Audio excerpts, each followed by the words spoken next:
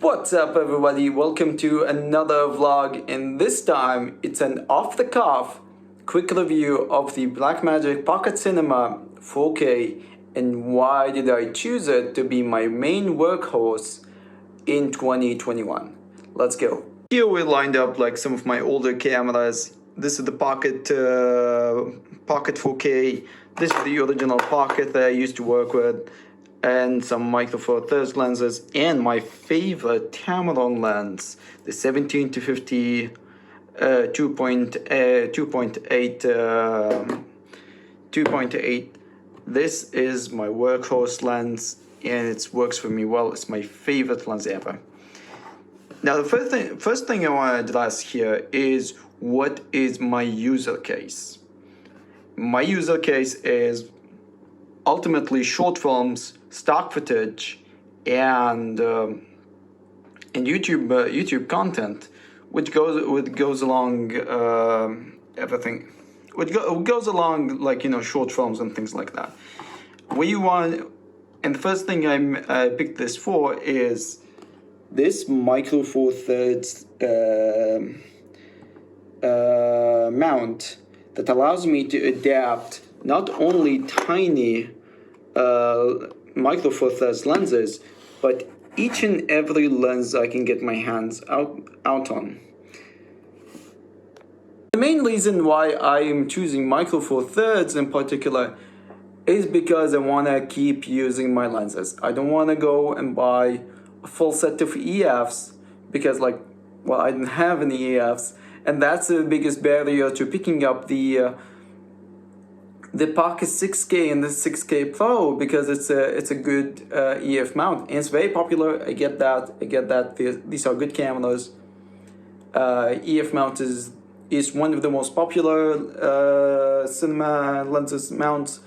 The big three are PL, EF, and Micro Four Thirds. So I picked Micro Four Thirds for flexibility, because I upgraded from my other workhorse, and I'll show you. The previous workhorse was the Sony A6500. This is my first real mirrorless camera I picked up with video in mind, and I picked it up for 4K. Back when I picked this up, it was 2018. 4K isn't as big as a requirement for what I did. But the moment I started getting into stock footage in 2020, well, suddenly I have to go 4K. And the bigger differentiator between this guy and that guy is this camera does 4K UHD. This does 4K 4.6, and 4.6 4K. Is the upper limit that I can upload for stock footage, like platforms like now, like Shutterstock, Getty Images, and what have you. So uploading footage from this guy means that I'm leaving money on the table. And the other reason why I picked it, this 4.6K alone is one of the big reasons why I didn't pick up the Sony A7 III, because yes, it does 4K UHD in 120 frames per second, 120 frames per second, 120 frames per second, but it doesn't do this 4.6, and in my user case, the resolution is critical. But I still get 60 FPS on full resolution 4K, so that's fantastic. Now the other things that I'm excited about is the recording media that I can get. I can get full RAW in full 4K. Let me pull this guy out. Full RAW in full 4K at 60 frames per second on these memory cards, and the quality is still good. It's still 16 bits is still 16-bit footage that fits on the smallest memory card you can think of.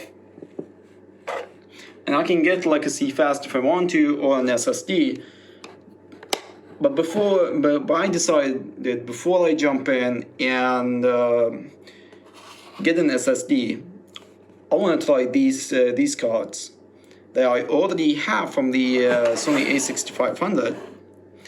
And if they don't work, then go buy bigger, expensive media. That's the thing you want to keep in mind, because I want to like go and shell out thousands of dollars that, what if I don't need them? What if this is enough? And what if like a small 12:1 compression is enough? And in my experience shooting with this camera, it withstands the most aggressive,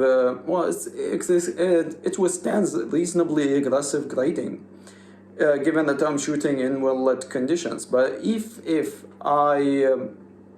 but even so, I can still get short clips, and this is my most user case, getting like short 30 seconds, 15 seconds clips without any frame drops if I'm shooting at night at a very low light situation.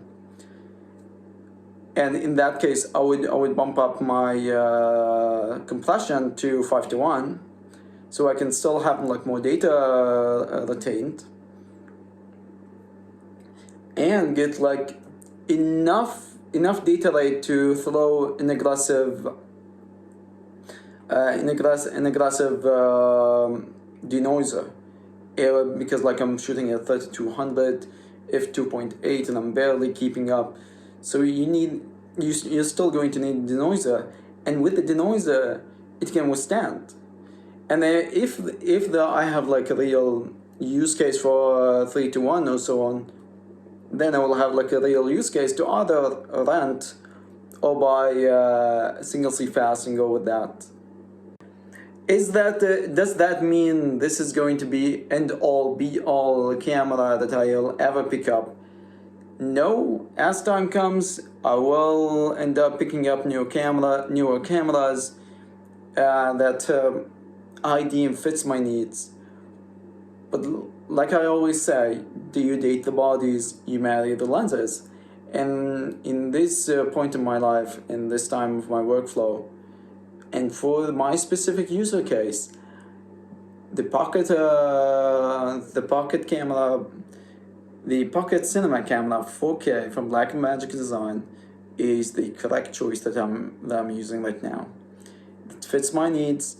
It fits my recording requirements for stock footage, YouTube videos, and short films.